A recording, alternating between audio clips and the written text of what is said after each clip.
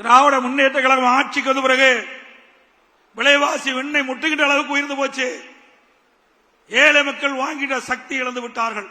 அரிசி விலை உயர்வு, பருப்பு விலை உயர்வு, எண்ணெய் விலை உயர்வு. ஏழை மக்களை காப்பதற்கு பதிலாக இந்த அரசு ஆட்சிக்கு வந்த பிறகு இந்த விலைவாசி உயர்வால் நம்முடைய ஏழை மக்கள் வாட்டி வதைக்கின்ற நிலையை நாம் பார்க்கின்றோம். அதோடு கட்டுமான பொருட்கள் விலை கேட்க வேண்டிய அவசியமே இல்லை, அந்த அளவுக்கு உயர்ந்து போச்சு. ஜல்லி விலை உயர்வு, கம்பி விலை உயர்வு, சிமெண்ட் விலை உயர்வு, செங்கல் உயர்வு, மர விலை உயர்வு. இப்படி அவல ஆட்சி இன்றைக்கு நடந்து கொண்டிருக்கிறது தமிழகத்திலே. அதோடு மின் கட்டணம் சுமார் 52% உயர்த்தினாங்க. ஆண்டுக்கு 5% உயர்த்தப்பட்டு விட்டது. நெசவாளுடைய நிலை பரிதாபமான நிலை. நெசவு தொழில் நலிவடைந்து விட்டது. அதை சீர் செய்ய அரசு எந்த நடவடிக்கை எடுக்கல.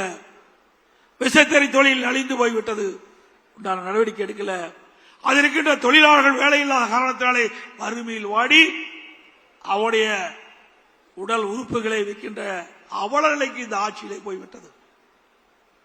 இன்றைக்கு இந்தியாவிலே எத்தனையோ மாநிலம் இருக்குது.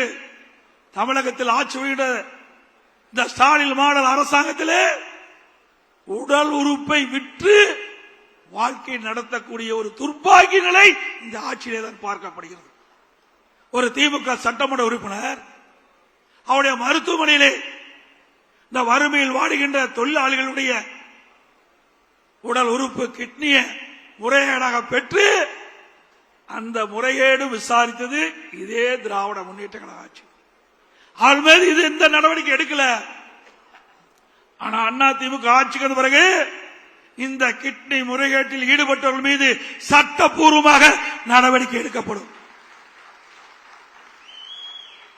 இந்த ஆட்சியில் உடல் உறுப்பை கூட விட்டு வைக்கல. அப்படி மோசமான ஆட்சி இன்றைக்கு தமிழகத்திலே நடைபெற்றுக் கொண்டிருக்கின்றது.